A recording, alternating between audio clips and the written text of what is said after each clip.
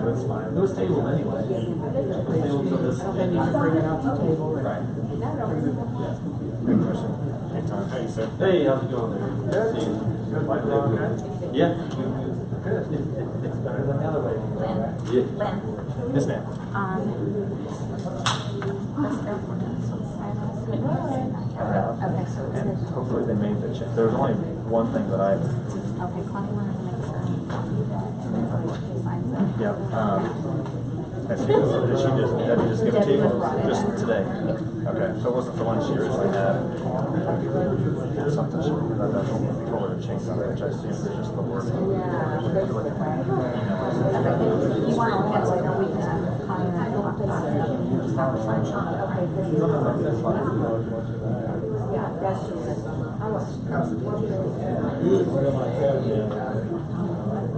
Thank you. Top page of 4.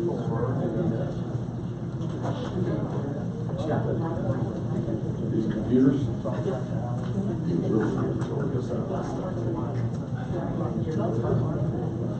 Sorry, Mr.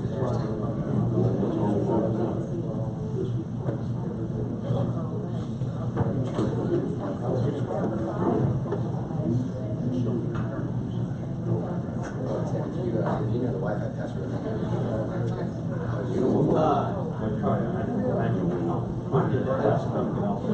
I just I saw was gonna say, we can get to whatever after.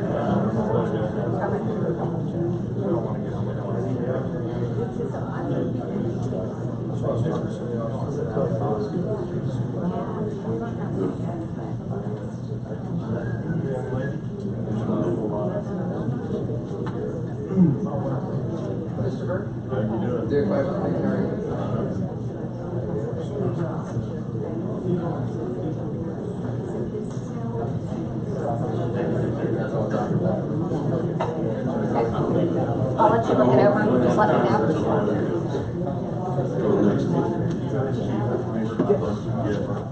They only look at when people like you call me, but did you see this? No.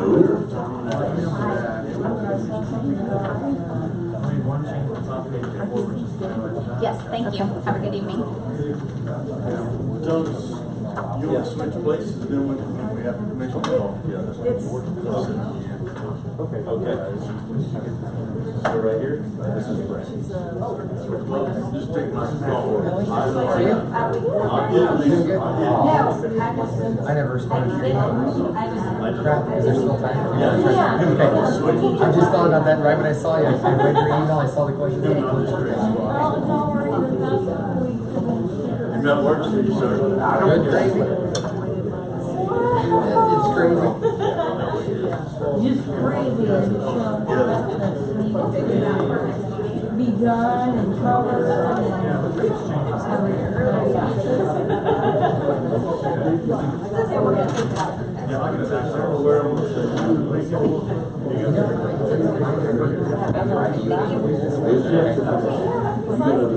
I do.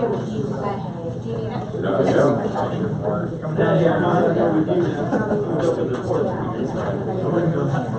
Hello, everyone. Thanks for joining us. Let's try Musical chairs. You know how many trees we have human beings?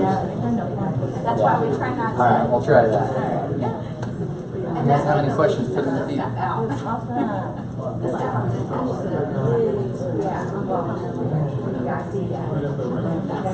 It just doesn't have to.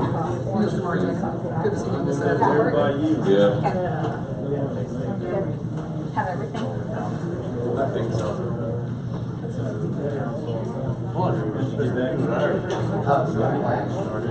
Yeah, Sunday. And then Connie, you can keep your Connie too.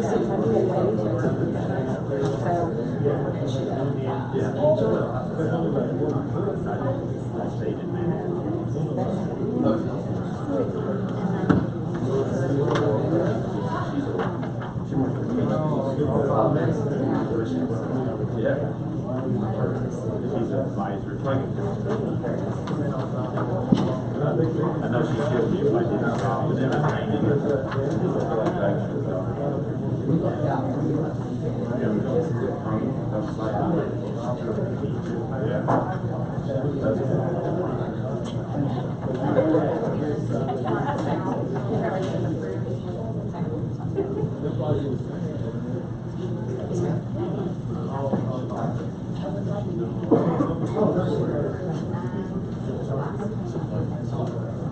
As long as nothing was changed from the meeting, I think everything's really standard.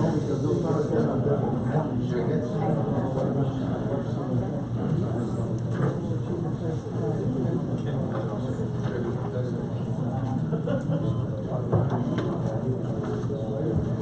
If you just let it sit there for a while, might get eventually.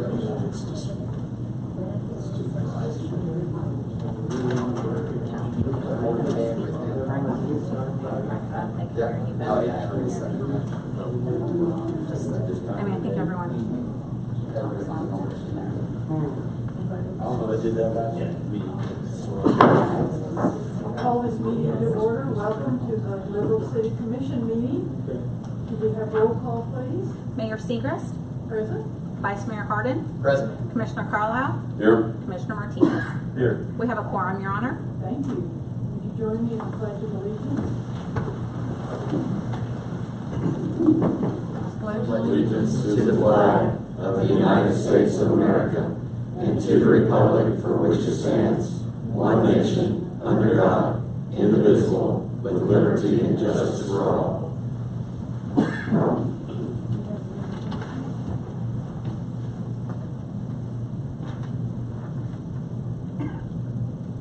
In behalf of the Liberal Ministerial Alliance, I thank you, City Manager, staff, commissioners, for the privilege to come and pray with you tonight.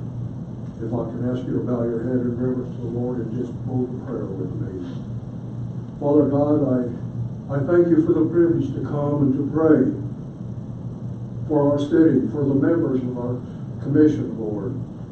I pray that you would be with the leaders, Lord. I pray and I ask you, Father God, for support and for wisdom in the decisions they have to make.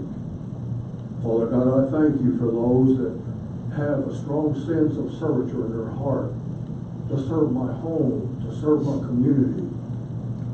Father God, once again I ask in your name that you would be with each one in the decisions that they make.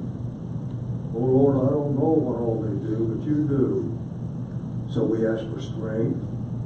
I ask for support once again. And Father God, I just pray that you would be with each one tonight.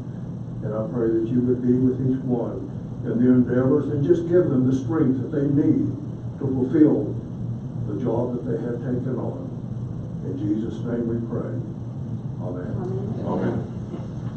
Thank you.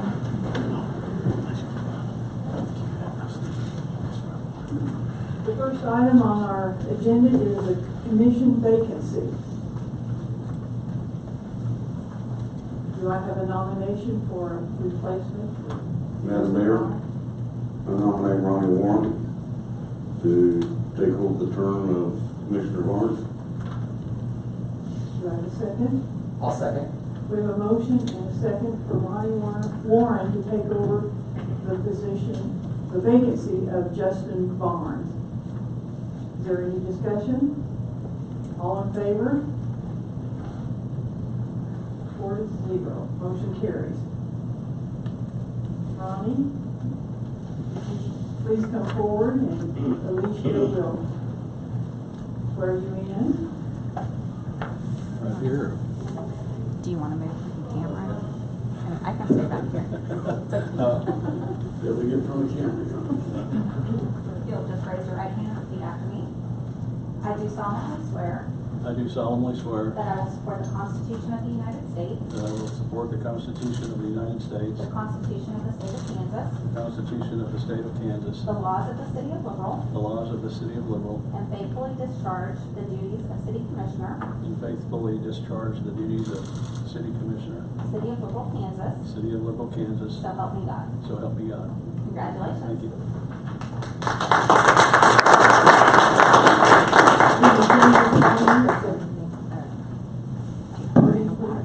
Okay, thank you.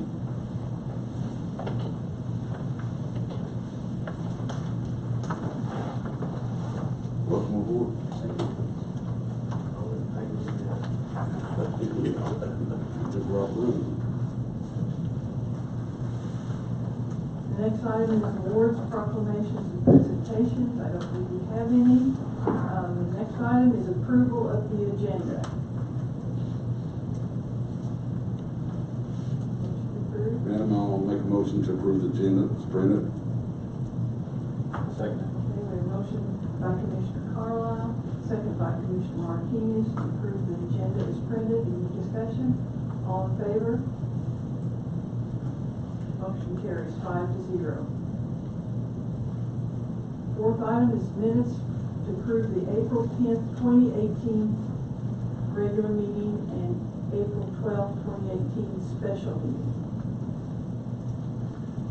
I'll make a motion to approve the Madam- minutes. Sorry, Madam Mayor, on the April 10th meeting minutes that were in the packet, on page 5, it references that interim city manager Burke was here, and I don't believe he was in attendance last time. On that, Miss Debbie Giske spoke on behalf of him, so I will make note. I can make those changes if you would like.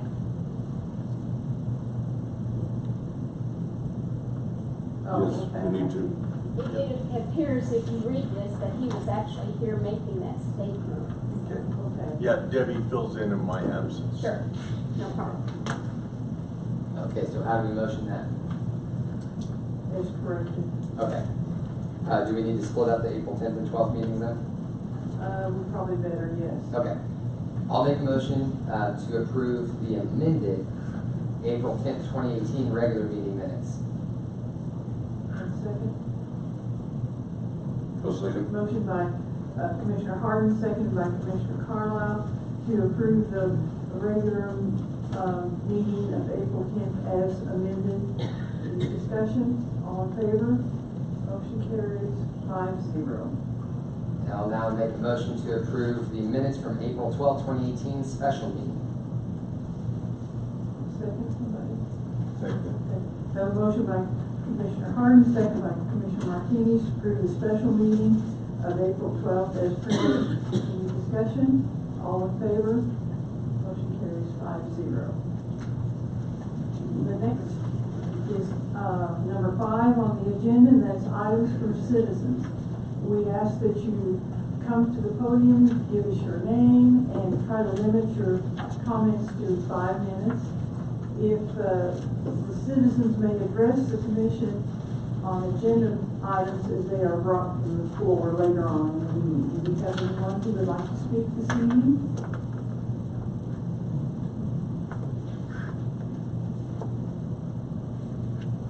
Okay, we'll move on to items from groups. Is there a group that would like to address us this evening? Well, items from citizens is showing that we have an update from Public Grounds Director Brad Beer. I was waiting for Pete.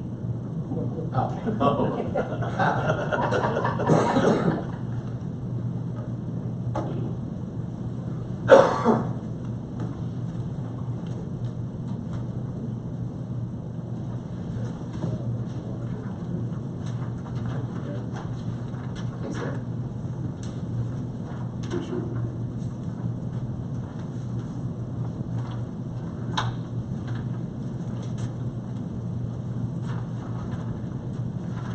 Mr. Mayor, Commissioners, at our department head meeting last week, we were talking about what we do. And I was updating the commissioners that were there on the project at Light Park. And Connie asked me to come to the commission. About a year ago, Don Hatfield with the Lions Club got with me about doing a project for their 100th year anniversary. So me and Bruce Young with the Parks Department went to the new Lions Club, and we got with their organization. They had a get together, and we kind of come up with this idea of putting the drinking fountain in Light Park and commemorating it with 100 bricks into the bases you can see on the pictures. And they purchased the drinking fountain, which has a bottle filler on it also. In between the parks department and Danny's guys with the street department did all the concrete work on there that you can see. We trenched the line over and, New Lines purchased a marble marker that commemorates the 100-year anniversary. So I was just giving you an update on that. It's a really nice project that they did for the park.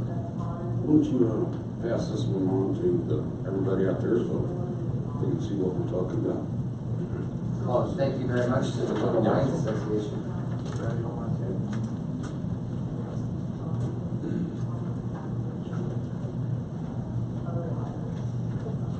Thank you, Brad, for the update. Thanks to Don Hatfield and the Lions Club for providing this for us. I know that'll be used by everybody that goes to the park. Thank you very much. Thank you. Thank you very much.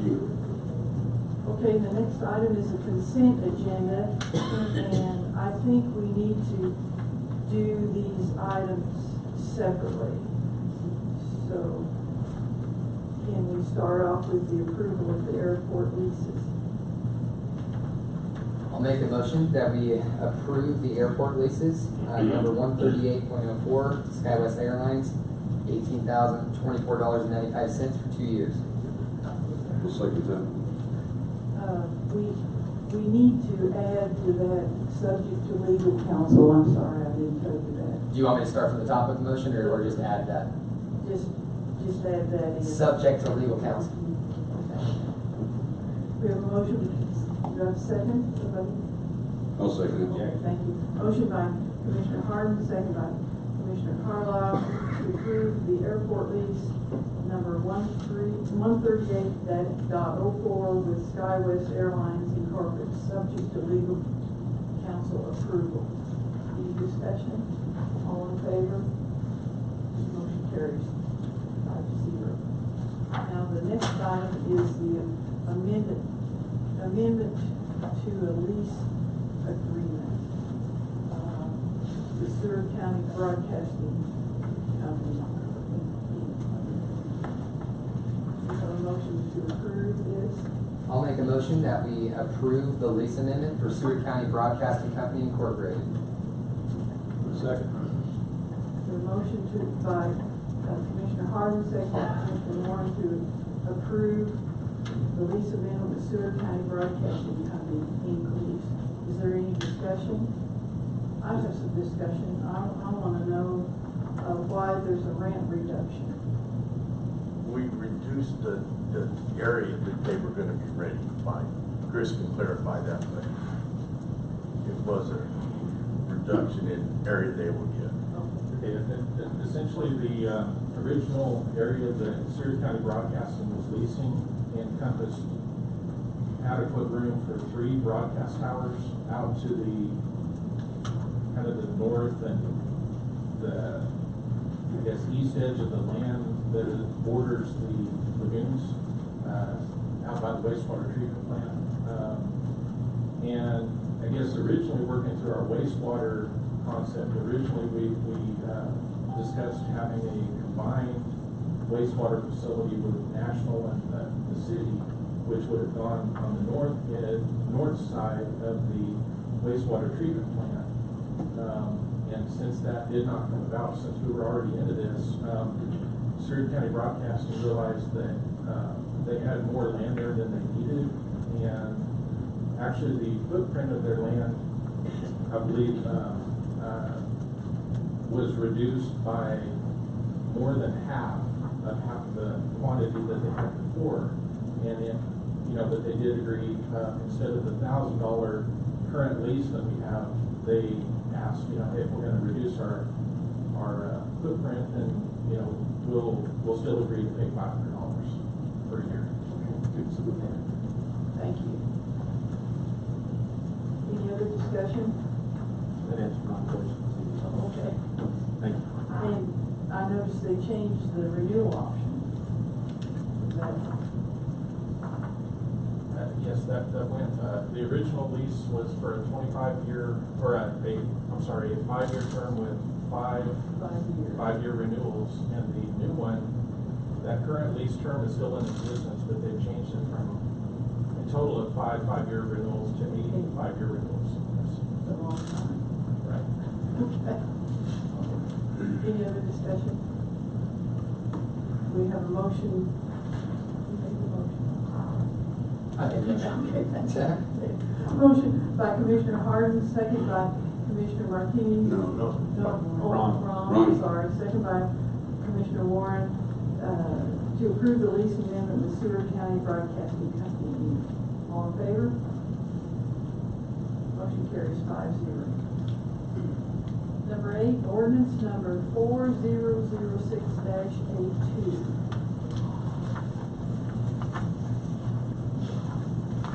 Amendment to ordinance number 4006-81. Make a motion to approve 4006-82 ordinance.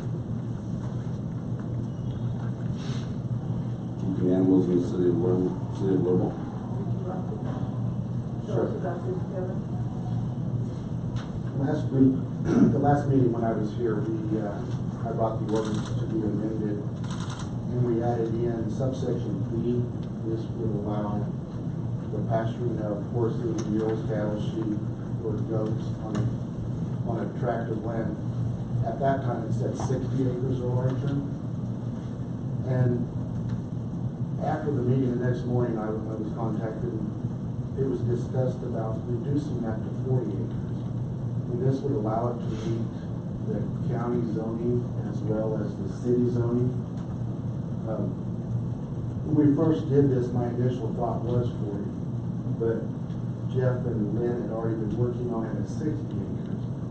And which it made sense to me to have 60 acres, to make it big enough where you just couldn't have animals in the city of Louisville anywhere without, having the 60 acres.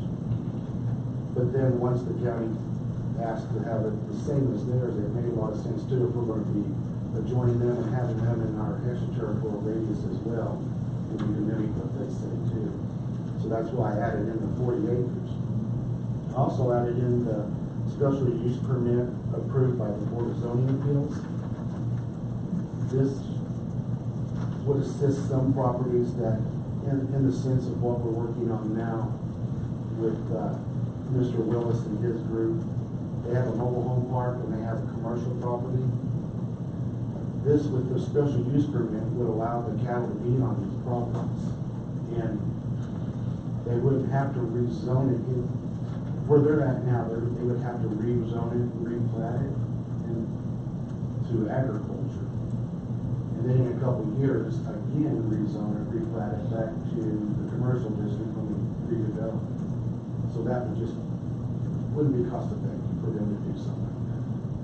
So, to assist them as well, we can allow a special use permit in these districts. I did contact the state of Kansas and spoke with Eric Smith, he's with the league, and he said that would be okay as well. He said we can use a special use permit as long as we use, good judgment and be strict with what we allow in there.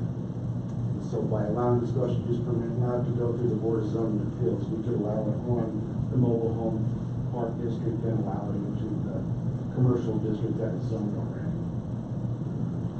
And that would assist, Tom and his group to utilize the property they have now until they're ready to develop it. And that's why I added in that extra, the zone district would provide special use permit for the zone. Thank you. Makes sense. I will, second Someone want to Mr. second? Yeah, I'll Okay. second Mr. Carlisle's nomination.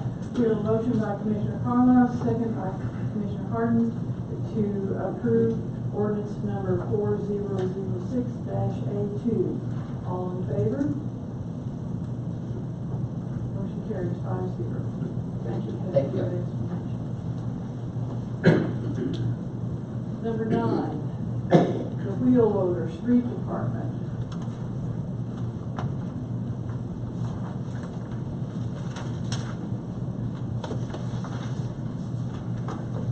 Commissioners, Mayor, good evening. City Manager. My name is Jesus Cardenas. I am the Street Department Director, and we're here to request a authorization for an entry lease for a front-end loader. As you can see on the front of the package, this one will replace or take the place of the old front-end loader, the one that we use for snow removal, tree removal, tree branches, alley repair, maintenance, street maintenance, and on a number of things that we use it for. In the past, we did some repair on the front end loader. It will be the Volvo. It is a 1998 Volvo L7C. We put a rebuild transmission on it. Work on the filling on the injectors on it as well. We did this just to extend the life of it, and I think we have reached a point where it will be on the best interest for the city to enter a use of the new front end loader. This one will help us to carry on and be more reliable and not have to wait or hold the progress of any other project just because the front end loader is down. Any questions from you guys? Question, it says you have two front wheel, or two loaders, and this was the primary loader, and it's a 1998, is that right? It's one of them. What's the other one? What year is it? The other one, I believe it is 2006, I believe. So it's newer. It's a lot newer than that. I just noticed you said primary on this one, so I didn't know if the other one was older or newer, but it's not as big. It's not It's not as big, okay. And the reason why this one is used a lot more, we can access a lot more alleys with it than the other one is. That's all I was wondering. Anybody else? Okay, so if you guys allow me, I will bring Chris in here. We will have you guys about everything else. How are we going to be? Evening again, Commissioners. Yes, as Julie explained, we had planned to obtain a new loader in our 2018 budget. Doing this, we realized that loaders aren't cheap, and therefore we had intended to do a lease purchase, and we do have $30,000 allocated in our 2018 budget for a front-end loader. So in this process, essentially, I guess simple explanation of the lease purchase, due to IRS requirements, whatnot, the city is not allowed to enter a traditional lease because of the tax exempt status and so on. So we can, however, do a lease purchase, and basically that entails us having an option essentially at the end of the term to acquire the title to the equipment for a fee, which I think in this is pretty small. But anyway, so with that, we did coordinate with the city's financial advisor. We consulted with him, and then we coordinated with Gilmore & Bell, who is the city's bond counsel, to assist us with packaging the ordinance that would allow us to enter into a lease purchase agreement. So on this item, the first item for your consideration will be ordinance number 4498, which would authorize the city to enter into a lease purchase agreement for the purposes of obtaining a wheel loader. I think of front end loader, but technically I guess it's a wheel loader. And so I guess that's the first part. And so I don't know if we would, do you want me to keep going, or would we like to address the ordinance separately? You need separate motions on those? Yes. Okay. Let's talk about what you just talked about. Lease purchase agreement. Do we have a motion? I'll make a motion that we entertain the ordinance number 4498, authorizing the city to enter into a lease purchase agreement.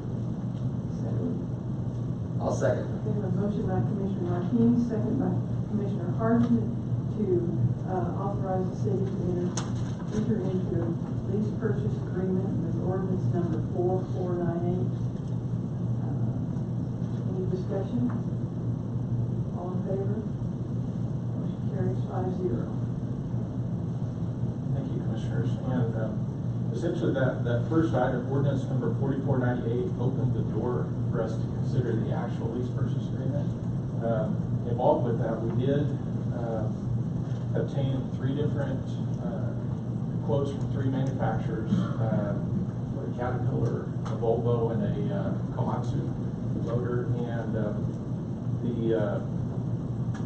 essentially we ended up with the Cat 926M front-end loader had the best price for $149,892.09. So that was the first step of our process. And once we determined that, we actually coordinated a quote process where we reached out to all financial institutions in Seward County, all of our banks, and also any other financial institutions that we have current dealings with lease purchase agreements. We did receive 3 quotes back on that, and the most favorable interest rate was with Municipal Asset Management Incorporated out of Golden, Colorado, who had a rate of 4.13%. We do currently have a lease purchase with them for the street sweeper that we obtained 2017. And so they have the best deal. So with that, we reached out. We did obtain their lease purchase agreement from them, and I have a belief, that even though we're going for 7 years, I did ask them for semi-annual payments, and with the first payment to be made on the date of closing. So I figured, why finance that if we can go ahead and get that out of the way, save a little money. So with that, that's I guess I would request City Commission consideration to enter into a 7-year lease purchase agreement with Municipal Asset Management Inc. for the purpose of acquiring a Caterpillar 926M wheel loader from Foley Equipment in an amount not to exceed $149,892.09 plus closing costs. And I'd be happy to answer any questions. Can I have a motion to that effect, please? You read at the bottom. Make a motion to enter into a 7-year lease purchase agreement with Municipal Asset Management Incorporation for the purpose of acquiring a Caterpillar 926M wheel loader from Foley Equipment in the amount not to exceed $149,892.09 plus closing costs. I'll second. Okay. I have a motion from Commissioner Carlisle, second from Commissioner Bunn, to enter into a 7-year lease purchase agreement with Municipal Asset Management Inc. for the purpose of acquiring a Caterpillar 926M wheel loader from Foley Equipment in the amount not to exceed $149,892.09 plus closing costs. Is there any discussion? All in favor? Motion carries 5-0. Thank you, Commissioners. Thank you guys very much. Thank you. The next one is the Army lease with Paul Walker.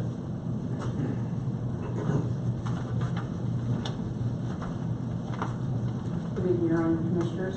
At the last regular meeting, we had an item on the consent agenda, I believe it was 6B, a farming lease with Paul Walker. It was tabled at that time because there were some clerical errors, the date and some of the language. I thought at the time that I remember doing this last year, and sure enough, I went back and researched, and we had done it on June 27, 2017. I believe you have a copy of that in your packet. I had the original in my office and was planning on bringing it down to City Hall, lost in a stack of paperwork, and there it goes. So I apologize for that. And so I think at this point, you've taken off the table, and no further action is necessary, and I do apologize. Can I have a motion to remove the farming lease with Paul Blossom from the table, please?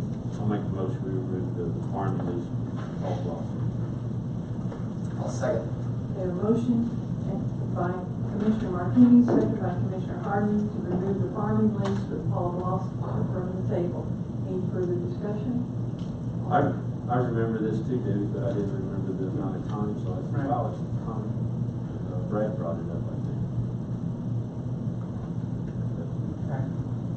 All in favor? Motion carries 5-0. And we need to take no other action, is that correct? Okay. I'll stay here for the next item. Okay. The continuation of the FHA grants. The two grants that were put on the shelf on March 17, 2017, after being notified by the FAA that they were potentially not going to reimburse us for any grants until the other land sale issue has been resolved, which I read a letter at the last meeting that it has been resolved. So now we've been contacted, are we ready to proceed with that? So we need to take it off the shelf and get authorization to proceed. We'll probably, the next step will be to have a conference call and with the FAA discuss what the timing is going to be. Then have them make comments on the two projects and go out for bid, and then bring that back to the commission for acceptance of the bid, and then being offered an FAA grant. If you have any questions on the grants, 5% grant amount is already been allocated for both projects. The cost might be a little bit different out once we get the bids in, and we can address that at the time. Basically, that's it, to bring it off the shelf and move forward if that's what you so wish. So we just need a motion to move forward. Here's the way we're going to do this. First of all, we need to take it from the shelf, okay? Okay, so we need a motion to bring the reconstruction of the T-hanger, taxi lanes, and the acquisition of snow removal equipment off the shelf. I'll make that motion. Okay, do I have a second? I'll second. Okay, we have a motion to bring the reconstruction of T-hanger, taxi lanes, T-hanger drainage improvement project, and the acquisition of snow removal equipment project off the shelf by Commissioner Martinez, seconded by Commissioner Harden. Is there any discussion? All in favor? Okay. Motion carries 5-0. So that's been taken off the shelf. Now we need to move to forward this soliciting bids for the reconstruction of the T-hanger taxi lane, T-hanger drainage improvement project. I'll make a motion that we move forward. Entertaining bid T-hanger drainage improvement. Second. Motion by Commissioner Martinez, second by Commissioner Warren, to move forward with soliciting bids for the reconstruction of the T-hanger taxi lanes, T-hanger drainage improvement project. Any discussion? All in favor? Motion carries 5-0. Then we need to, the next one is to move forward with soliciting bids for the acquisition of snow removal equipment. I'll make a motion that we move forward with getting bids for snow removal equipment. I'll second that.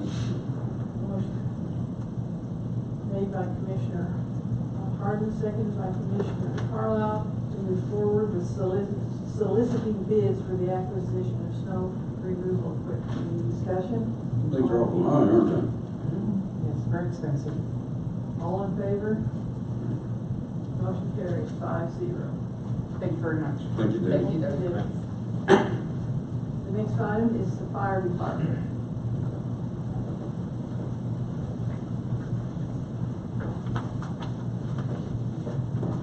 Good evening, Mayor, Vice Mayor, Commissioners. We've got a couple items tonight. The first is our bunker gear or PPE replacement program.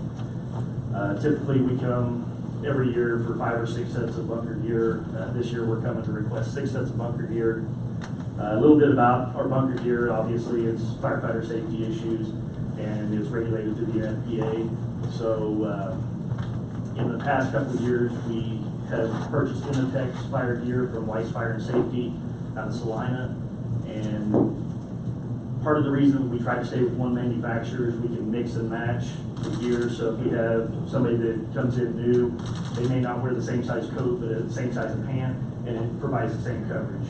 So we requested quotes from 4 different companies, and what we are recommending is to go ahead and not go with the low bid, go with the next lowest bid from Weiss Fire and Safety for 6 sets of Intetex gear at a cost of $545.66 from Weiss Fire and Safety. This will come from the protective gear and equipment line item. Have a motion to approve this purchase?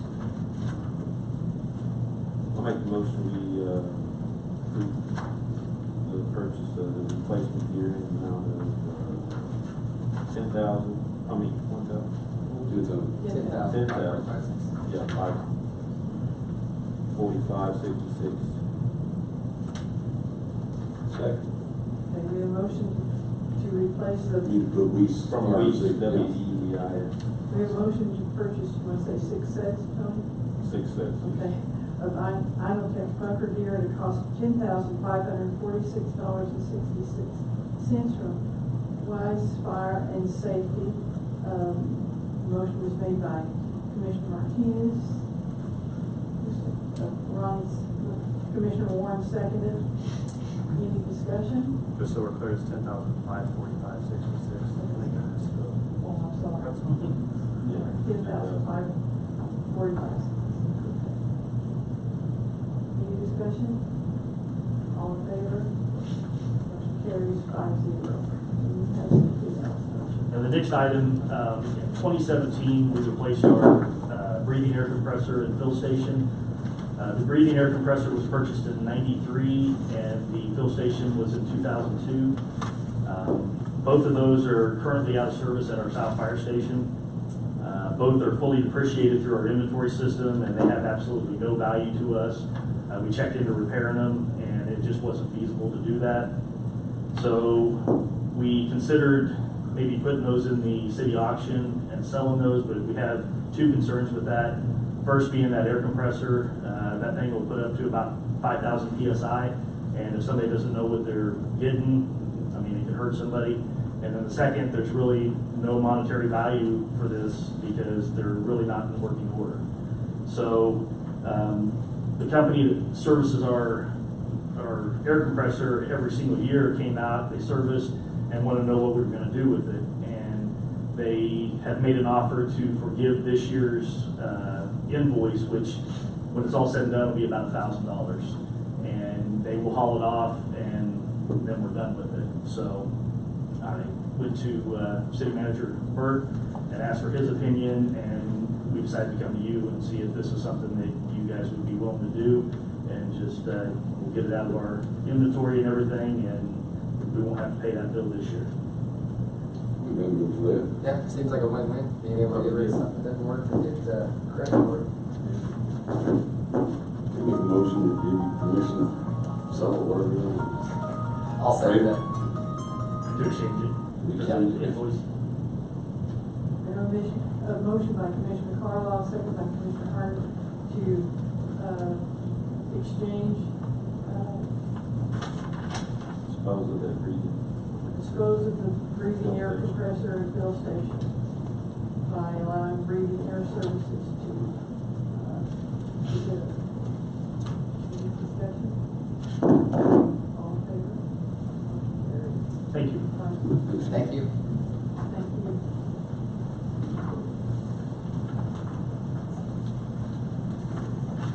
The next one is the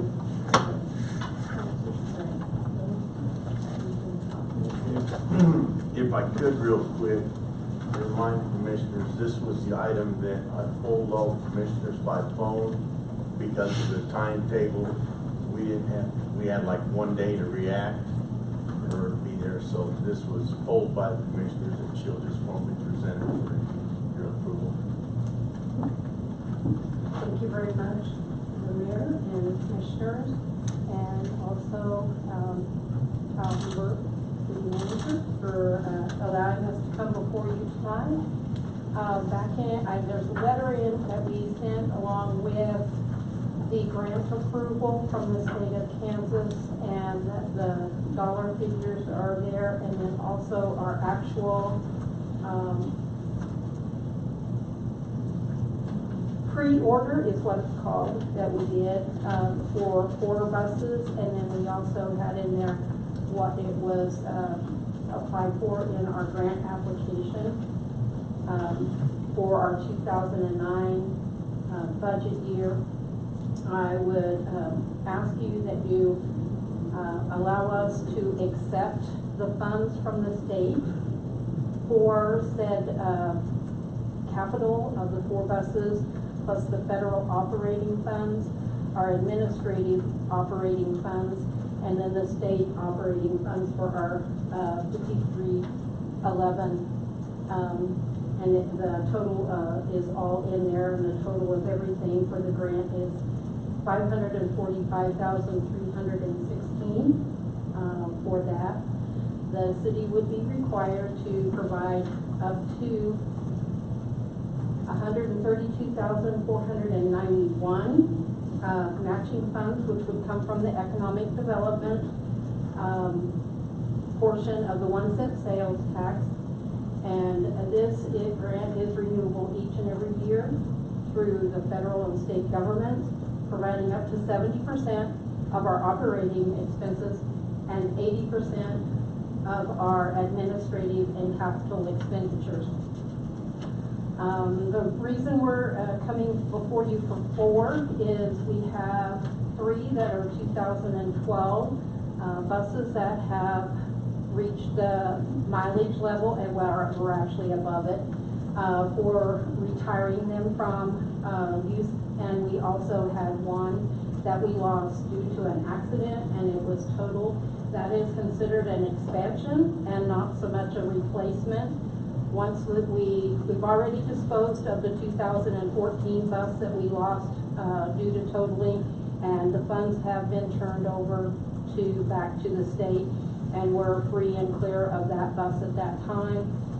We will not be free and clear of the 3 2012s until our other buses come in, and then the state will release those buses to us, and then they will be available for us to dispose of, either through offering them for sale or whatever they will, or we can absorb them into the city to be used somewhere else. So that process will have to take place after we've received our the ones that we have pre-ordered. KDOT had informed us at this meeting that the absolute last date we will receive the 4 buses is going to be December 31st of 2018 this year. So we don't know how long it will take, because at this meeting there was over 100 buses that were ordered across the state. So we're going to have quite could have quite a little bit of wait. It just depends on how quickly they get it in. So if you guys would please take for consideration the funding for it and accepting that. And then also we have the packet in there of what we actually ordered. And we did end up saving of $26,084 versus what we had in our deal at the beginning, and then what we actually ended up ordering. So we actually came in under budget from what was approved for the commission last year in November of 2007. Or 17. November of 2017. So where do you want a motion for the $132,000? Can we just make a motion to approve the funds from this grant? To accept the funds. Accept the funds to operate the transit service under grant. SFY. 2019. Make a motion to approve the transit grant SFY 2019. KDOT? I'll second. We have a motion by Commissioner Carlisle, second by Commissioner Harden, to accept the funds to operate SFY 2019 KDOT transit grant. Any discussion? All in favor? Motion carries 5-0. Thank you. Thank you very much, ladies. Thank you, guys. Appreciate the hard work on that.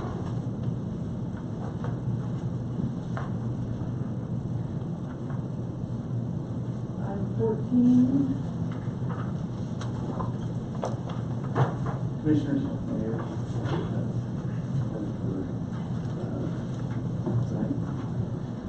Before you, in your packet, I included a memo that I prepared that talks about our budgeted AS400 replacement for the 2018 budget year. A little bit of history on that particular machine. It was purchased in 2006.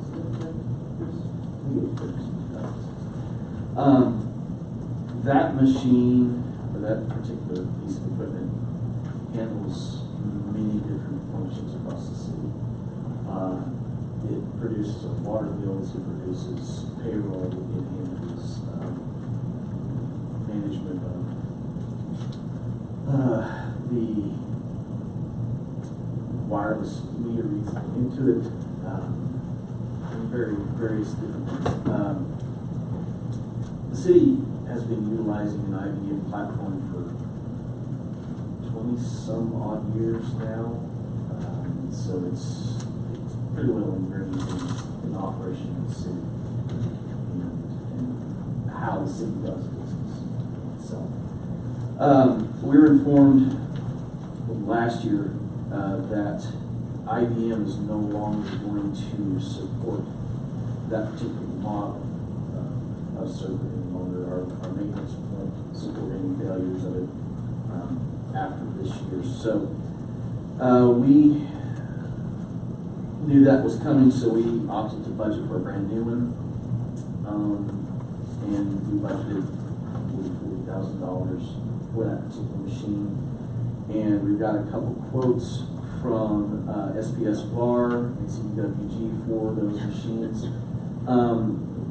In the memo, I kind of outlined there's a difference between the two prices, and the quote from CDWG does not include any migration of the existing software over to this new machine. SPS VAR does, and that's the difference between the costs. If you were to compare machine to machine, SPS VAR would be considerably lower in cost than CDWG. We have utilized SPS VAR in the past for, I believe they were the ones that provided the city with the current box that sits downstairs. They know the IBM in and out. They've got engineers on staff that just handles this machine. The price that you have before you, again, includes the migration service, the setup of nightly backup routine on a particular machine. All of those little bits and pieces factored into the cost of what SPS VAR quoted us versus what CDWG quoted us.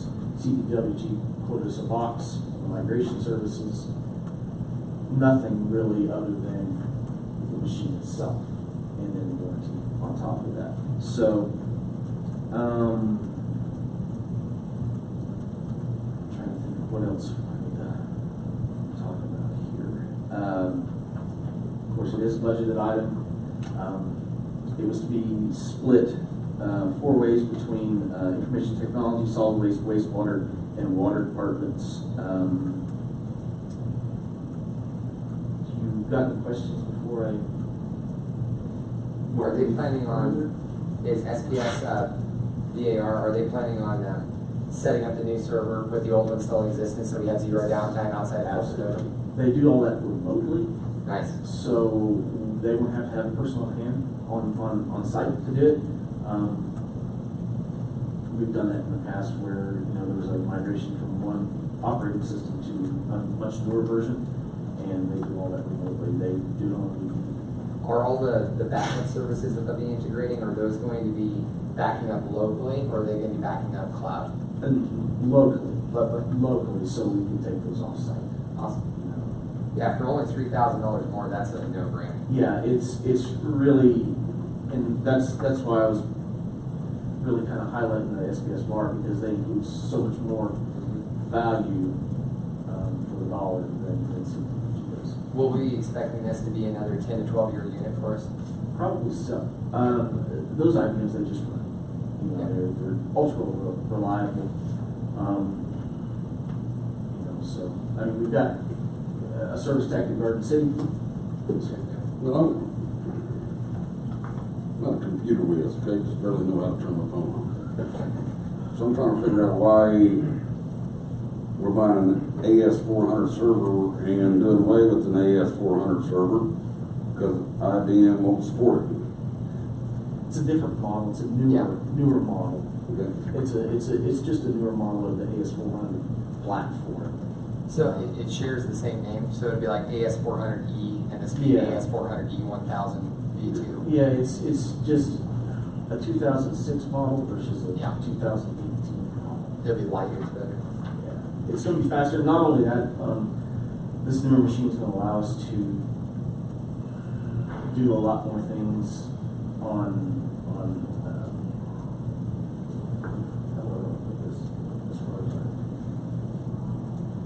online billing, or not online billing, online payments and stuff like that. Integrating service. Integrating a lot of different things. So, whereas the old version won't, this one. So we're expecting this to be down the line fully capable of handling the online payments for the water department, water bills, everything like that. Beautiful. I'll make a motion to approve the purchase of a new AS400 server from SPS VAR in the amount of $39,150. And that's a solid number too. The only thing that they didn't include in that, and I'm not certain that they meant to include it, was the shipping cost, but we're still under budget. Let's second that motion. We have a motion by Commissioner Harden, second by Commissioner Carlisle to purchase an ASO 400 SPS VAR in the amount of $39,150.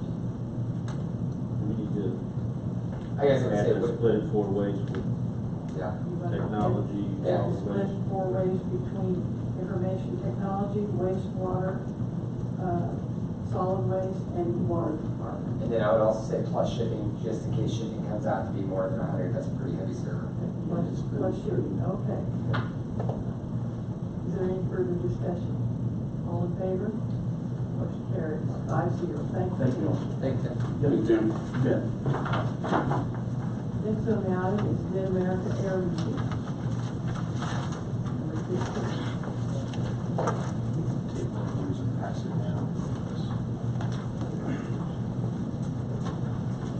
Mayor, Commissioners, I'm passing something out, but I want you to promise not to read it until I tell you. Skipping ahead a little bit there. I want to talk about our restoration program out at the Air Museum, which we currently don't have a restoration program. We have to build this thing from the ground up. And one of the first things that is important to me is making sure that everybody understands what a work environment is, and what a clean work environment is, and how to share a work environment. So we're looking to start the process of building our restoration program by getting proper tool storage. Right now, what we have is a bunch of little boxes that are filled with rusting tools. I found buckets full of tools that had water in the bottom of them and tools rusted together. We're going to need to purchase some tooling at some point in the future. But for right now, I just need some way to establish, that we're building a world-class operation here, and we're not going to take what we did and make it a little bit better and move forward with that. We really have to break with the way that we've been doing business. We've had recently, and the other point in this is that this is something that's shared. So it's not like a mechanic's tool chest where, you have your tools and you have your toolbox and nobody goes in there. This is going to be something that we're going to have volunteers, staff members, and foundation members have access to, and we just need to establish, what that is and what our expectations are. So So we've had recently a couple of donations. One of them is from a regional auto club, but I don't know if they want me to mention their name. And also an individual who lives here in Liberal who made donations specifically. Well, the individual here in Liberal specifically for this, I think is an appropriate use for a donation from an auto club to help us start getting our restoration program back in business. So those donations, just those two donations, cover about half of the cost of this. And so we're looking to use the donated funds to fill the rest of that so that we can purchase this. I've researched online extensively. This is the one that fits our bill, and it's the best price we could get. We also went out and got a couple other prices on it, and they were higher.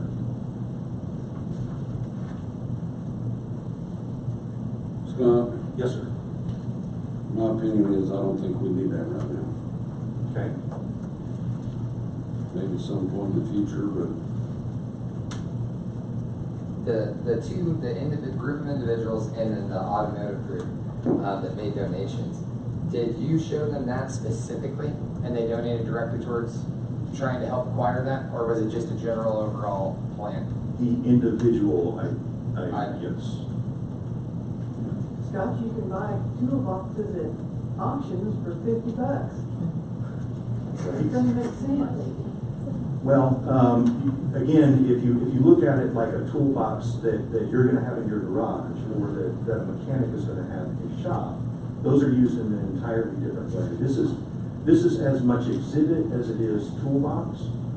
When we have classes in our restoration area for high school kids or college students, and we teach them how to use different equipment, how to join metal, how to weld, how to rivet, how to do these sorts of things. We need to give them better tools to work with than the kinds of thing that I would have in my garage to do that. So it's a little bit different application. Even though it's a toolbox, it's a little bit different application than you would normally see. I want to ask a question. I don't know for sure about that. First question, I guess, is a different question. This toolbox is fully lockable? Yes. So you have it, but I might ask, since I don't know Chris, do you guys have a budget for each year for that type? I mean, because we're talking about restoration.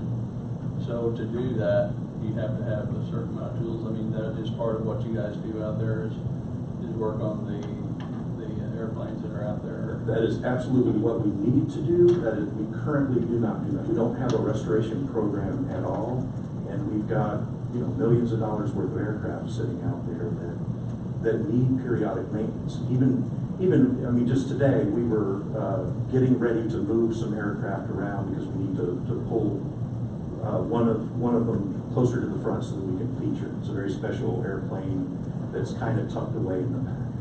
In order to get that thing out to where we need to, we've got to move either 9 or 10 other aircraft twice to get them back there. And in doing that, things are just going to happen. Things are going to need grease. Things are going to need repair.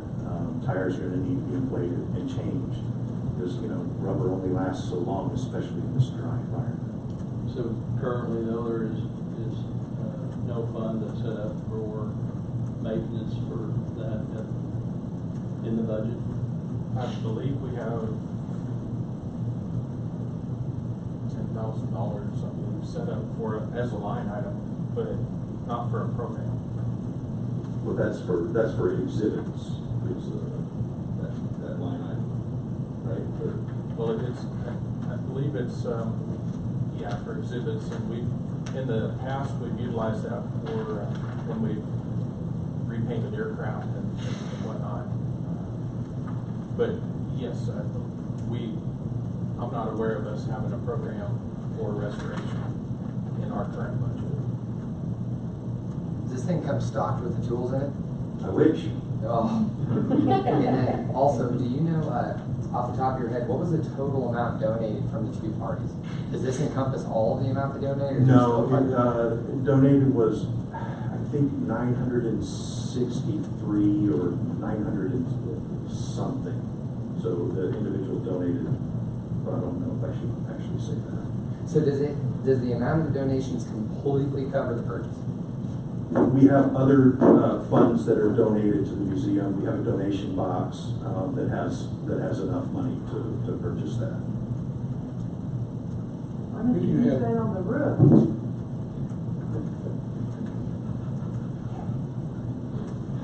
I don't even know if it'd make a dent on the roof. Well, to my heart. Who do you have doing your restoration? We currently don't have a budget for anybody to do restoration.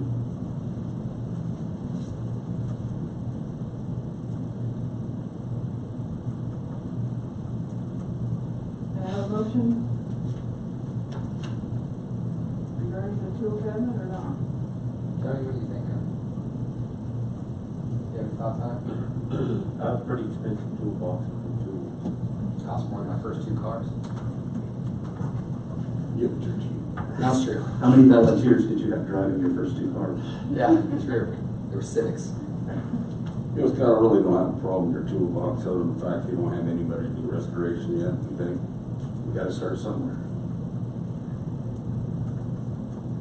Well, I definitely appreciate the approach of wanting to utilize it as more than something that just gets shoved in the back that nobody sees. It always gives it a little bit more of an appeal for the money that we're paying for it.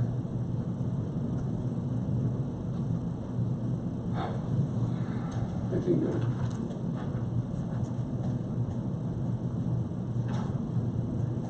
When you were looking for toolboxes, were you kind of looking for the same type of solution? Did you look at any other alternative options as far as multi-bay toolboxes that have multiple components that can move around, or were you kind of looking at all the same style of the full unit being in one? I'm looking for restoration for the hand tools and that. I'm looking for one unit. You know, there's other needs that we have right now. So just general building maintenance, that would be something that would be much more modest, something that we could roll around, something that we would keep our tools in for that. But you know, again, because this is because I want to provide a safe and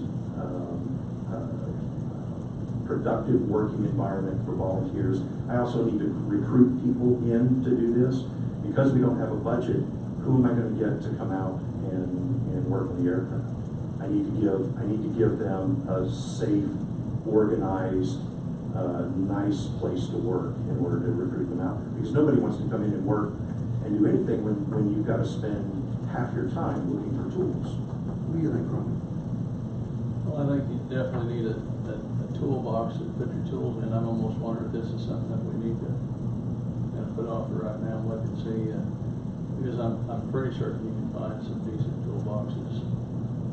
Maybe not as large to keep your tools in. I think it is a necessity that you have one. I think, I mean, I'm just speaking, I haven't been with everyone, I've been listening to what they're saying though, and I think it's a deal we'd like to have options. Maybe if you'd have brought 4 different toolboxes and said, hey, if we could start with one this size, because 2,000 is pretty high for a toolbox, but it isn't. You know what I mean? I mean, for depending if you're going to be a mechanic, it's probably cheap. But I think it's something we need to discuss during budget time, whether we need to have a restoration program out there and what that budget would be, and then decide whether we have the money to do that, and then do the tool thing. I would think if you would come back and say, hey, we found this toolbox that the donated money, we could use that donated money for that, buy one for $1,000. You see, I'm pretty sure you'd get a yes. Craftsman line that comes with some type of tool. Well, kind of what I'm thinking is if we spend $2,500 on just the toolbox, I mean, surely the tools themselves to fill the toolbox will well exceed the amount of the toolbox itself. 2,500, is it? It was 2,085. Oh, excuse me, 2,085. Yeah, 2,000. Put our rusty tools on. Yeah, because I would assume the tools are going to outweigh the cost of the actual unit itself. Right, and we're looking for donations specifically for the restoration area. I'm going to make a motion to table this to give us more time on both ends to see if we can find any other solutions before moving forward. I'll listen to that. We have a motion by Commissioner Harden, second by Commissioner Carlisle to table the restoration area tool cabinet. Any further discussion? All in favor? Scott, put that in your budget. Okay. The restoration area tool cabinet has been tabled by 5-0. Okay, now you can look at the paper that you have. Yeah. Brent Mackey, he's from the LED Energy Group, is gonna join me up here. He's also got some packages he wants to hand out. So just to give you a background on this, this project,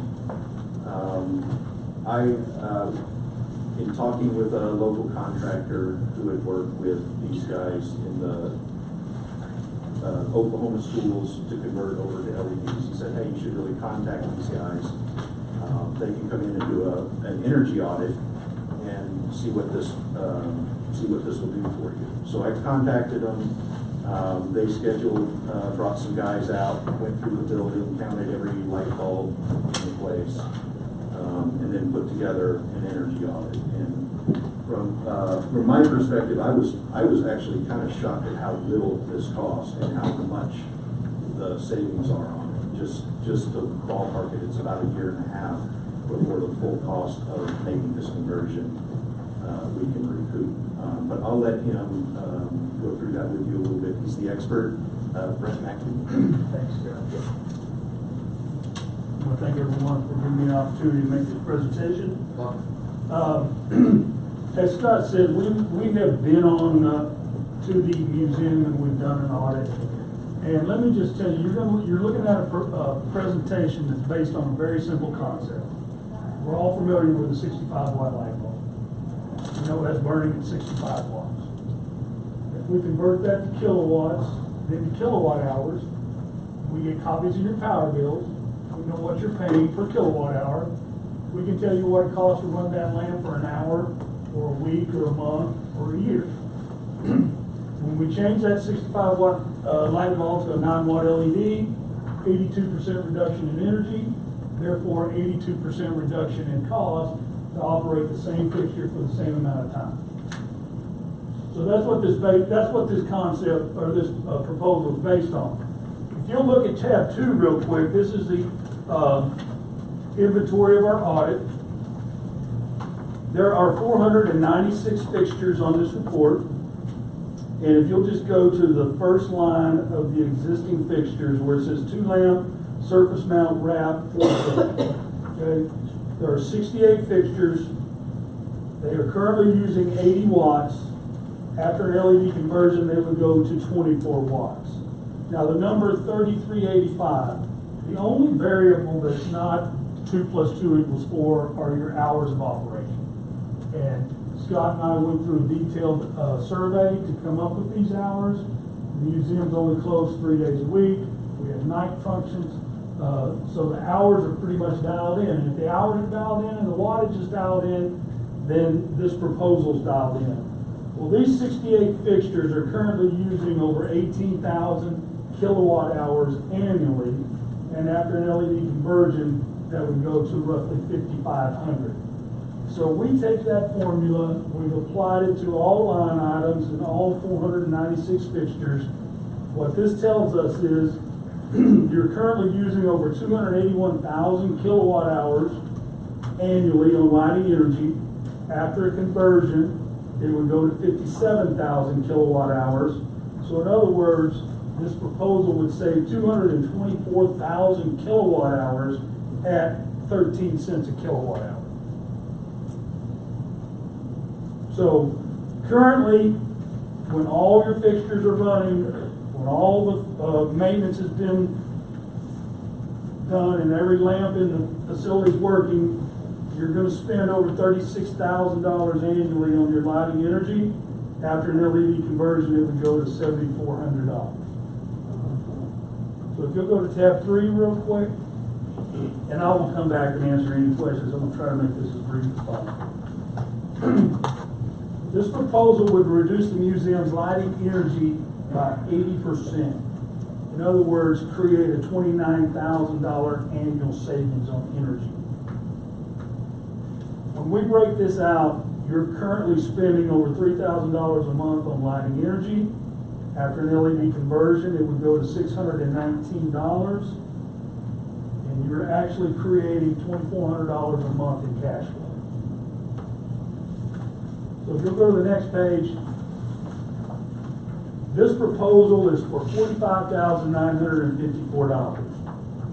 Your 10-year savings after your return on investment, in which Scott mentioned is 1.5 years as your return on investment for this project, would be over $246,000. Now, we're proposing this as a lease purchase and allowing the savings to pay for the entire project and actually lower your overhead during the finance period. So how we would do that is take your current spend of $3,057, your new lighting energy expense becomes $619, and in this case, we're projecting this as a 5-year, 60-month lease. There are actually 3 different lease options in the back, but in this scenario, as a 5-year lease, $872 a month, you would be lowering your operation costs, your total overhead, by over $1,500 a month simply by changing out the lights. And then, of course, you would recover your full $2,400 a month after the conversion. Your 10-year savings with the lease would be over $240,000. So if you'll go to tab 4, and you will go to the second page of tab 4, where it shows the red line representing status quo. Your options are to continue to do what you're doing and continue to spend $36,000 on lighting energy, or green line represents your new expenses during the lease period, and then of course, as your lease, when your lease is paid off and you recover your full energy costs. The one thing that I have not addressed to this point yet is your maintenance. Maintenance is a legitimate cost. You're changing bulbs, you're changing valves. If you're having to rent lifts to get around and get up into the warehouse area, virtually your maintenance costs will go away simply because the product's going to come with the manufacturer's 10-year warranty, which any manufacturer defect in that period of time will be replaced by warranty product. It will come with a 1-year service warranty, but you know, like I told Scott, if you get in a situation where you've got a warehouse that's gone dark, it becomes an emergency and then it will be addressed and serviced. Tab 5 would represent your copy of your purchase agreement, and then scope of work, and then we have the lease resolution and lease 3 different options on lease terms. The one thing I will say is there's not a bad option on the lease terms. The 60-month lease would actually lower your overhead by over $1,500 a month. The 48-month lease would lower your overhead by over $1,300 a month, and the 36-month lease, which would be your lowest interest rate, would lower your current overhead by over $1,000 a month. So, like I said, I will answer any questions if anybody has them. Go to tab number 2. Okay. 2. Did you figure in the cost of the heating and air conditioning? Nope. Very simple. We know what your current wattage is. How many watts? Like these lamps, there's four T8 lamps here, so we can add those watts up, and then hours of operation. And Scott and I did discuss, because when we I called Scott, we got his power bills, and we said, Scott, there's some type of anomaly here, because what we're projecting is that your lighting energy is over 1.5 times your total energy costs. So what he told me at that time that when he got to the museum, there were several lights that were not working at all, and also the hours. have increased? They changed, yeah. Hours have changed since he's been out there, so again, we're talking about 2 + 2 = 4, the wattage is dialed in, the hours are dialed in, the savings will be dialed in. I'm leaving the LED lights. My wife and I replaced them all in our home. Maintenance wise, it's gone way down because I got one light, I think every other time I turn around and blew the bulb, so. And I haven't had a problem with this, so. I do think going with the cost analysis, judging between the 60-month, 48-month, and 36-month, if we'll be saving more than what the payment amount would be monthly, I would make a recommendation if we do this to go with the shortest lease period. Yeah, I think LED light is terrific. That would be my personal recommendation. Realize your ROI sooner, start to experience your full savings sooner. Absolutely. Who changes out the units? We subcontract, and I'll be honest with you, I can't think of the company's name. There's a company over by Dodge City that we're going to use on this project. They are who audited this project. We're completely turnkey from the standpoint of all your current fixtures. First of all, ballast removed, ballast are gone. So you're talking about maintenance on ballast. Ballast are totally removed. Your lamps, your ballast, all those existing fixtures disposed of, recycled. Again, totally turnkey. So, but there's a contractor that we're using out of Dodge City here. Because that's where I thought I read, I was trying to find it again, where it said you guys would suggest a local contractor or whatever. That's what I wanted to make sure. I think I read that somewhere. But that's why I want to make sure you guarantee. We have someone in place. Will do it for that we price. have a contractor So in this place. Is a turnkey. This is not totally a deal turnkey. The well, number we you could find a give, contractor to do it for that price. You've got one that's going to do it for that the number price. you give is the number you get. Unfortunately, if the contractor flips on us, we're the ones that lose. Oh, hopefully that doesn't. Now, this includes install price as well. It's completely turnkey, includes install, includes disposal, includes recycling of ballast and bulbs. When you guys were doing your audit and study, was the 5,000K as far as the lighting wattage, temperature? was that what we were thinking would be the most ideal for the lighting in there as far as brightness? We talked about that, and 5,000K is considered that daylight. The wattage of the lamp really does not change depending on whether it's 3,000, 4,000, 5,000. 5,000 Kelvin is considered daylight. We discussed that, and I told Scott at the time that would be his decision on lighting the color. Do we think that it'll be brighter than what we have now, though, as far as illumination? Oh, it'll definitely be brighter because right now we've got so many lights burned out that are difficult for us to get to. We have to move, again, multiple aircraft just to be able to get a lift in there. Absolutely. As far as the color temperature, for gallery lighting, normally you go with something lower. We just replaced the gallery lighting in it's I think 2,700 is what we used in there. I would need to see it in place, and so I've talked to Brent about bringing a couple of lamps out. Yeah, just check it out. Yeah, we'll try them in the office. We'll try and find them again. And not put in jacks, and then LED, and in the kitchen we get daylight, so you want to know what you're doing. And in the dining area, we lowered to a softer touch, so then nobody need to come in with sunglasses.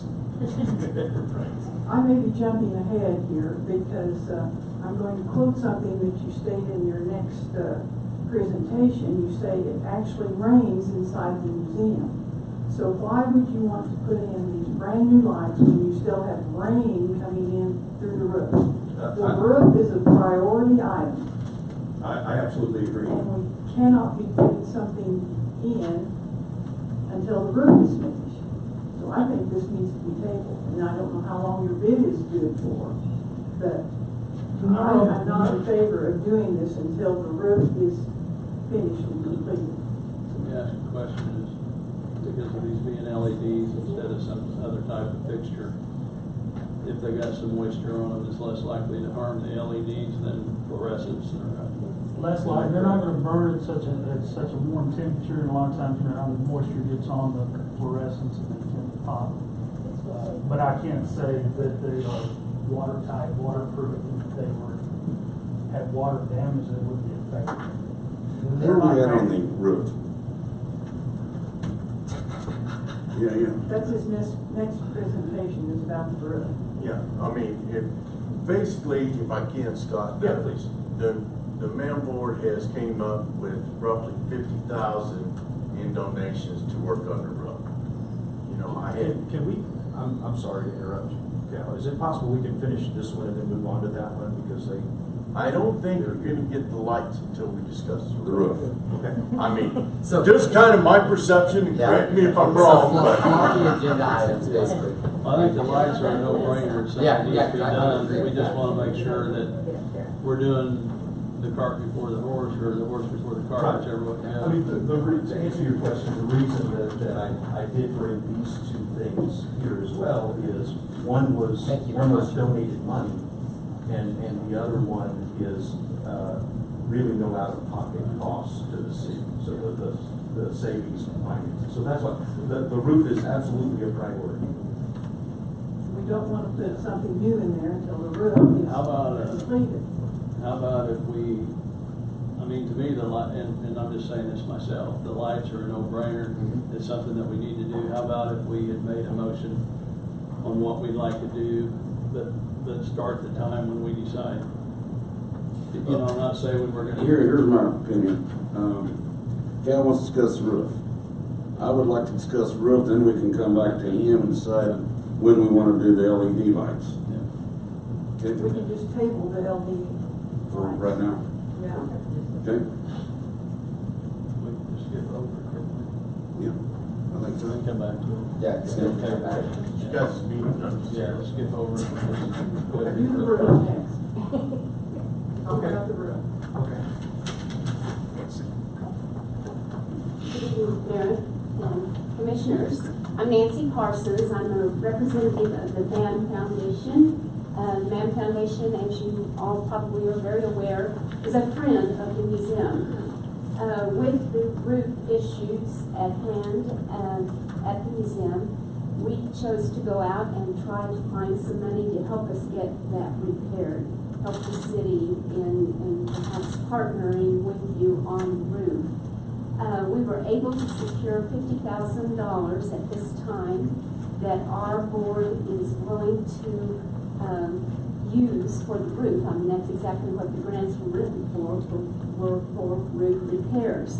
I believe that the patchwork that was done previously was done by a company, Webcon Sustainable Roof Systems, and their original bid was $215,000, and the patch, I believe, Cal, was in the $20,000 range. 21, I believe it was. Yes, So there's $195,000 still needing to come up with in order to cover the roof repairs that need to happen at the museum. With this $50,000 that our foundation has gained with these grants, we would like to be able to pay the contractor directly at the end of the project. So with the city's funds of $145,000, these are all rounded numbers, we would be able to get the roof completed. So I'm here this evening to offer to the commission this $50,000 to be used as part of the roof repair. So, and then at a later time, I'll come forward, or someone from our foundation will come forward. We've been requesting other grants for other programs there. One of them is for an intern program that you'll hear more about in the next couple of weeks or so.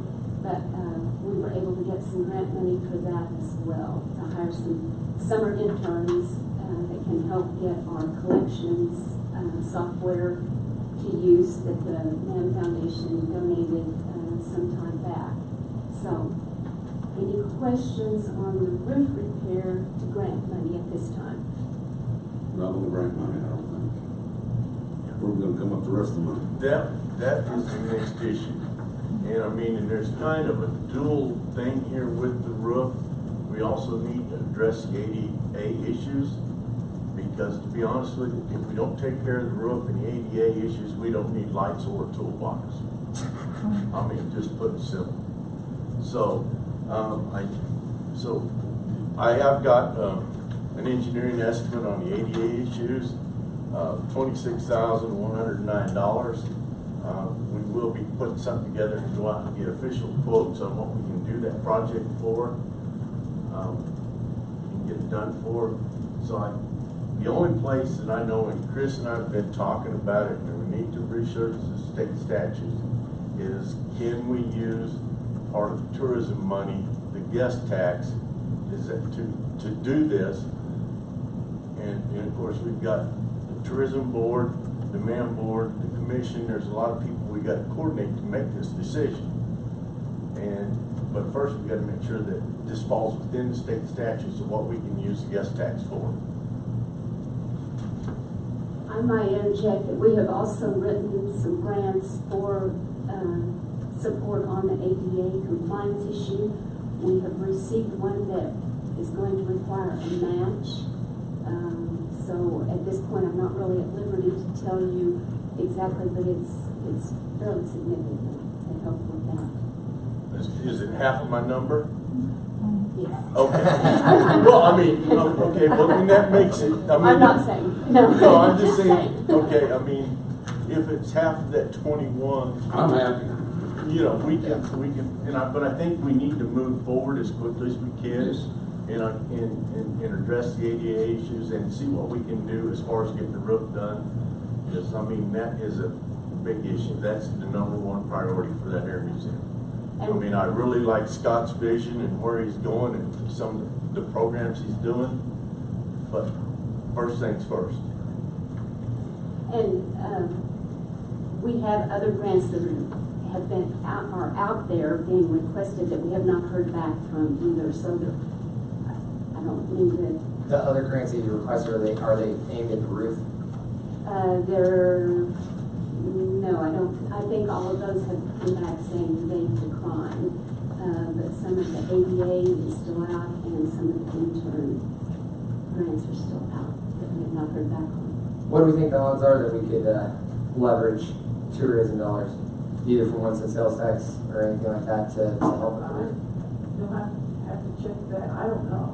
Yeah, I mean, that one's governed, part of it's governed by state statute. Yeah, there's a state. I mean, the actual tourism board, you don't want to make them mad, but again, it's one of those deals, they are appointed for the commission's guidance on what direction they want to spend that money.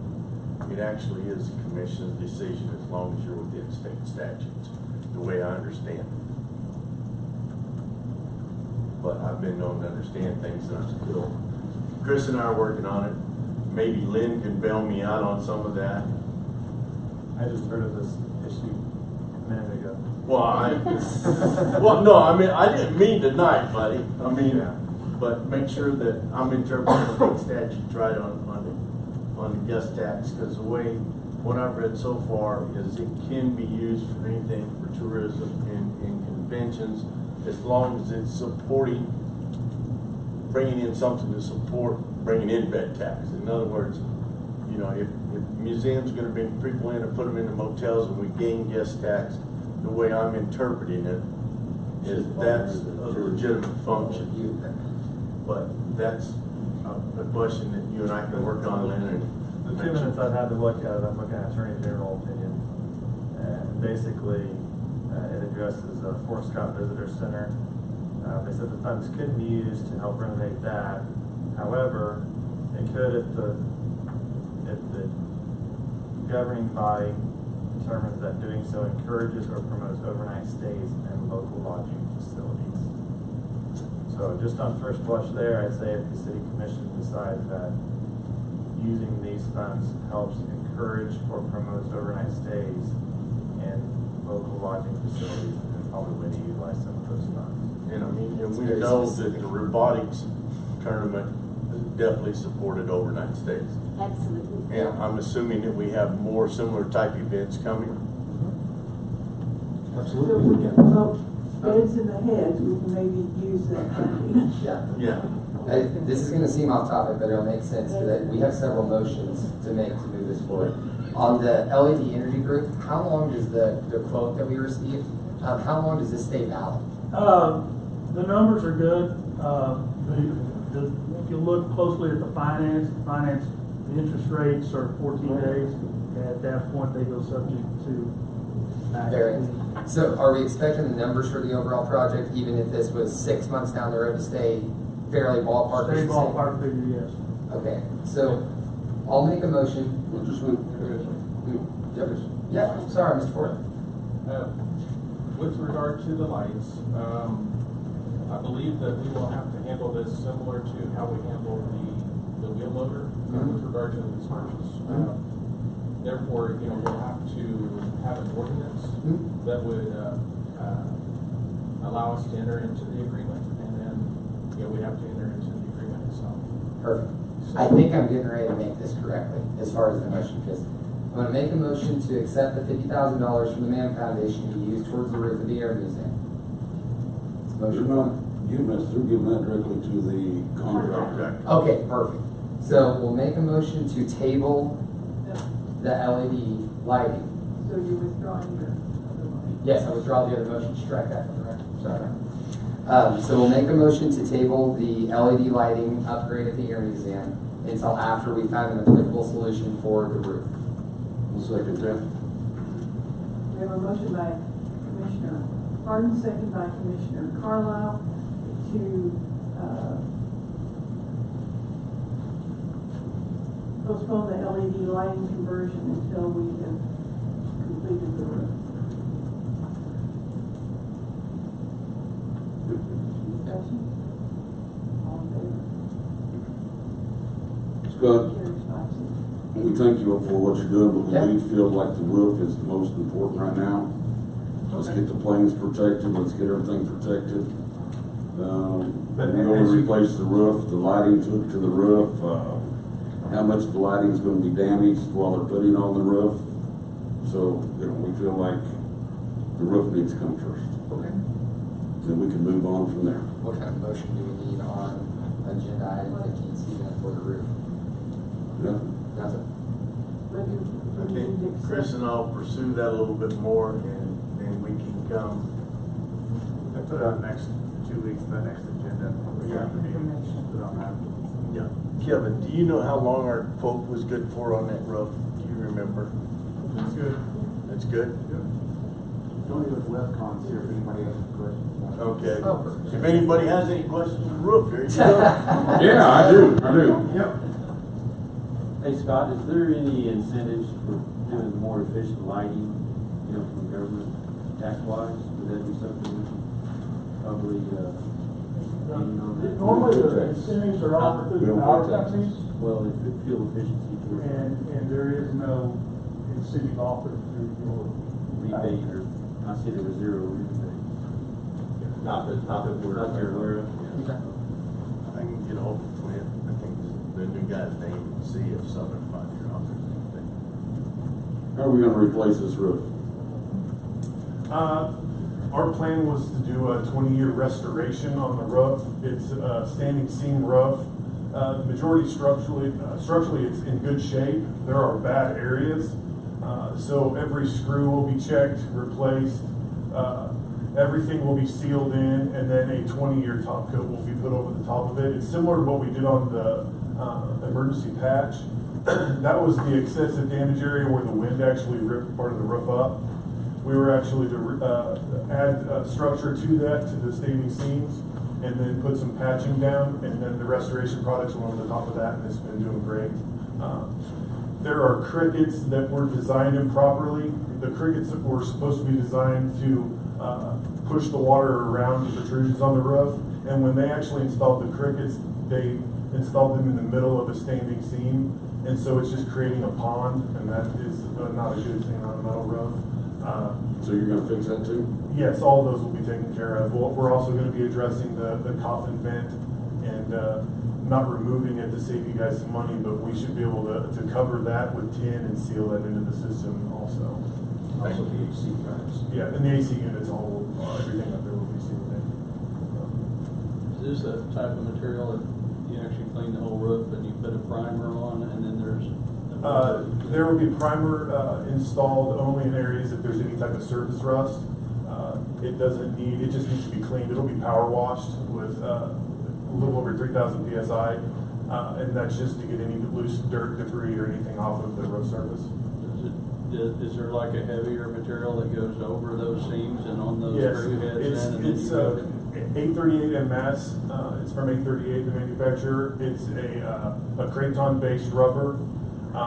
It goes on about a 1/4 of an inch thick, 60 mils, and that goes over every single screw, around every protrusion. It'll go where we do any kind of patching. It'll go on, and then the top coat will go on in 2 layers over the top of that. How long are you talking about? At max, 4 weeks, I think, 4 weeks, 5 weeks. 5 weeks will be at, it depends on weather, but if we get good weather, we should have it done in a month. A little quicker than I thought it'd take. Yeah. It'll go a little slower because we won't spray any of the product. We don't want it to carry off and get on any aircraft or anything like that, so it'll actually be hand applied, so it slows us down a little bit. Like with rollers? Yeah. Yeah. I've done one of them. I think that's what I was wondering if the material. Yeah, it'll be I did rolled the meat on. lumber roof one time for them and that's why we didn't, I mean, it was sprayable, but we You have to be live in careful. a community where spraying is an ideal thing.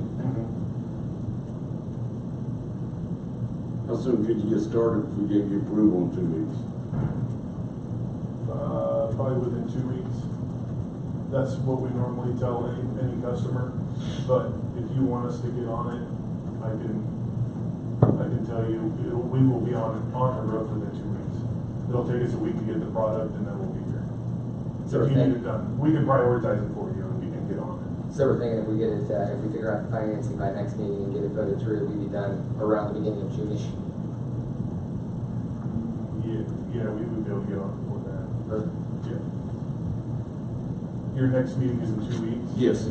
Yeah, we would be on it by the middle of May. Awesome. Can you come back in 2 weeks? Yes, sir. As far as I know, I'll have to check. Did you come back or? We You know, need to we've keep the got his roof done first. presentation. Yeah. The As long roof as- is first. Well, I understand that, but at least we'd have a timeline when we could do this. The roof is first. That needs Just to say be done yes, sir, first. and go on. Who fixes the yes man?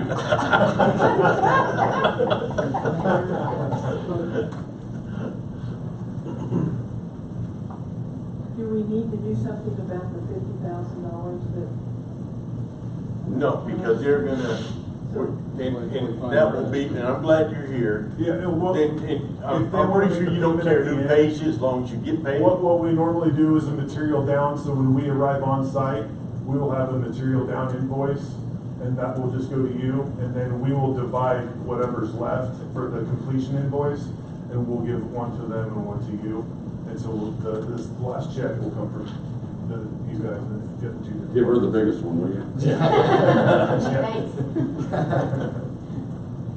And that's not a problem, we've already discussed that, and we're fine with that, it's not an issue at all. Well, let's try to figure out how to get this financed. Thank you very much. Thank you. Thank you. Thank you. Number 16, Juvenile Corrections and Prevention Services Board appointment. Good evening, Mayor and Commissioners. I'm Christy Molinax, Director of Juvenile Correctional Prevention Services.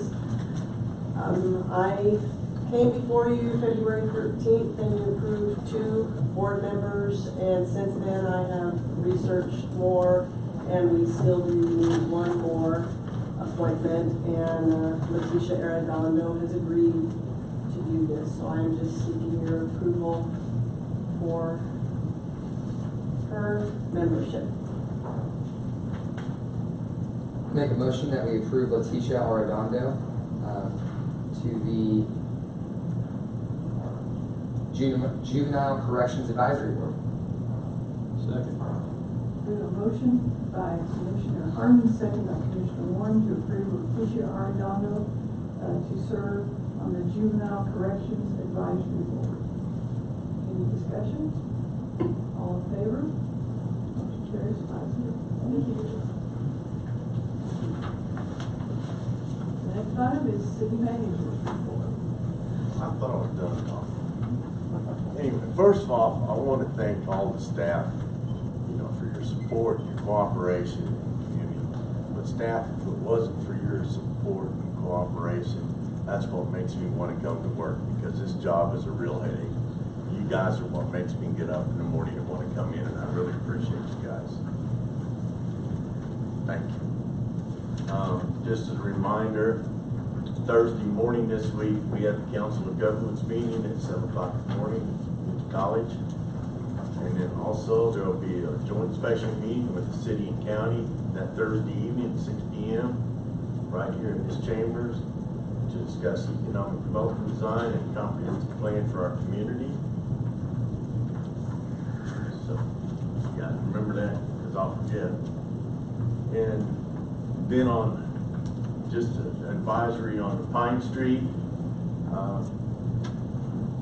I've got an estimate from Pete, and it's just an engineer's estimate. We've got to go out and get official quotes, but to do the concrete from 54 to Kane, and then basically patch and band-aid the rest of the asphalt and buy us another 1 to 3 years on that Pine. His engineer estimate is about $450,000, and our original budget plan for Pine was to mill and overlay it, which we can't do because of the depth of the asphalt, but that estimate, correct me if I'm wrong, Chris, I think it was 1.4. So basically, that's gonna allow us to roughly take about $850,000 and move over to the Second Street project for next year. So we're looking forward on that, and we'll go out and get official estimates and go from there. And then every one of you should have had this in your packet on the Seward County co-op deal. If you could give me your feedback on if anybody's interested in going to that. What is it? Donnie, you were there. No. I mean, you don't want my personal opinion. I mean, I think you guys are all professional businessmen and know how to run a business. I'm not sure, my personal opinion is, I'm not sure why you would want to pay for somebody to tell you how to come up and do your thing. But because that's how they make their money. They're basically consultants. Investment management company. Yeah, but they're a municipal management company, but still, if you're a good manager, sound management is sound management, but that's your choice, and I'll go whatever direction you want to They go. want to manage our funds that we supposedly maybe have in a savings account that can manage it better for us. Yeah. Yeah, we actually use a laddered CD bid process where every time a CD comes due, we send out to local banks. We get their rates and compare them to the state of Kansas Pooled Money Investment Board rate. And if the local rate, if it meets or exceeds the pooled money rate, then we'll go with the one that offers the highest rate. But otherwise, we would send the money up to our account up into the, so we do have a structured investment process for our idle funds. We participate in that pool money. Yes. I think we'll just leave it by ourselves. I mean, I presented They it. have another Madoff, Yeah. $2,500 cost to participate. Yeah. I mean, I don't want to slap Chris and tell him we gotta go check and make sure he's doing right, Trust Chris. But I mean, I'll just give me your feedback later on if you think it's something you sleep on, you want to change your mind, we'll go with it. And then I've got one more thing. I don't know how many people have seen this from the Discovery Point, from the museum. Basically, this is a disclaimer. A lot of people think we're going to start working on this next week.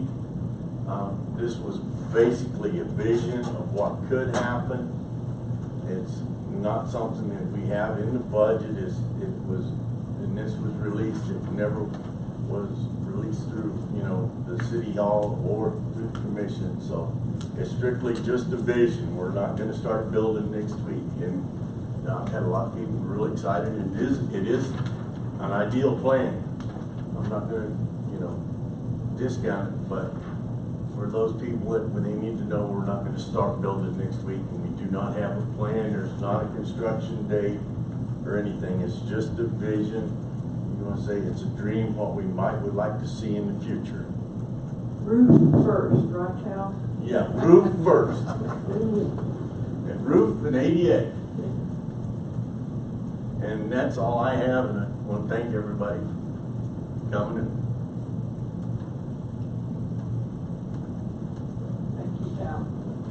Okay, we'll move on to items from commissioners. Tony, you're first here. You want to start off? I want to tell everybody that some good stuff at the league and Taylor attended.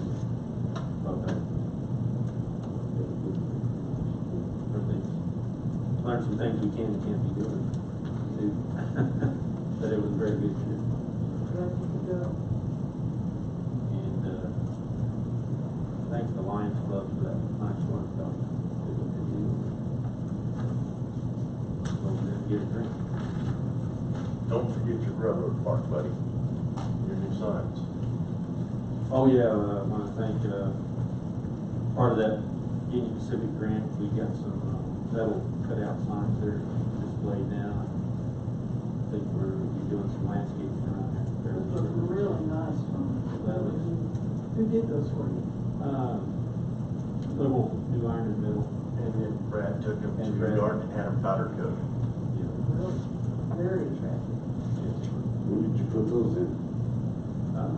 One day I drove by last week and they were installed. Maybe I need to.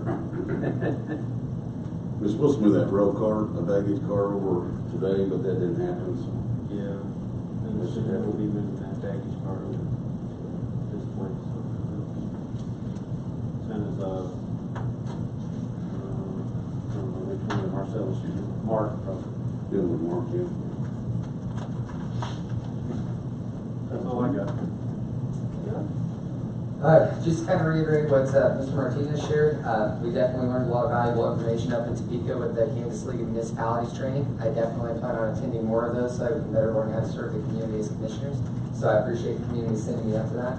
Other than that, appreciate everybody that's been continuing to stay involved, stay informed, and stay aware of everything. I would just encourage people to continue coming to the meetings and reaching out to any commissioners or city staff anytime they need anything at all. Thank you very much. I want to thank city staff, Scott. Dennis passed his certification to be the police chief. Taking he had the highest score in his exam and on the gun range. You want to tell everybody what it was? 92 on the written test and 93 on the. That was you bragging and all. Yeah. It was in the 90s. You got one like I got, don't you? I'm glad that's over, yes. Yeah. Congratulations. Congratulations. Thank you. Good job.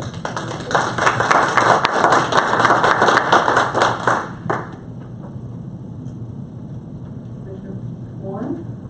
I'd like to thank fellow commissioners for giving me the opportunity to try and help out here. Probably won't next week. I'm looking forward to the budget session, knowing that we've got a lot in front of us this year. A lot of things to figure out with sales tax and everything. I mean, I'm kind of hoping we do it like I did back in the old days. Go over it a little bit more thoroughly than the last time I was here. Quick through, but so we're a little more involved. I think it's our responsibility to the citizens for us to be involved in that process thoroughly. So I look forward to spending time doing that with these guys and you, Johnny. And I'd like to thank Scott for bringing his items today, even though he feels like he left empty-handed tonight. I think in the long run, I think everything will probably happen. The lights, from being in construction, the LED, that's the only way to go. But like Connie says, priority, we get the roof fixed. We can't let it set like that. And then maybe me and you'll talk about toolboxes, but I appreciate the opportunity. Thank you. Thank you. Thank you for serving. I want to welcome you, Ronnie. Glad you accepted this position. We'll rely on your expertise. Thank you all for coming, attending the meeting, and taking part. I really appreciate that. That's all I have. We're ready for the vouchers. Make a motion to approve the Mayor budget. Seaver, excuse me. I have a question on one of the vouchers. It's in the engineering department, paying, reimbursing the internet service for Joe Seeley. I believe we talked about his cell phone before. Can you give me any idea of when those are going to be eliminated? I realize it's only $90, but I'm looking for that roof, okay? I'm trying to find money for the roof. I believe Chris and I had talked about that. There was an informal agreement with Joe that they use his consulting services, and we will carry that out for the balance this year, and we will cut it off at the end of the year. The budget year or the year end? Well, it's the same thing. The year end is the end of our budget year. So. Thank you. Yeah, make a motion to approve the expenditures in the amount of $694,947.84. Second. Okay. We have a motion by Commissioner Carlisle, second by Commissioner Martinez, to pay the vouchers in the amount of $694,947.84. Discussion? All in favor? Motion carries 5-0. Make a motion we adjourn. Second. Okay, motion by Commissioner Carlisle, second by Commissioner Parsons, that we adjourn the discussion. All in favor? Motion carries. We are adjourned.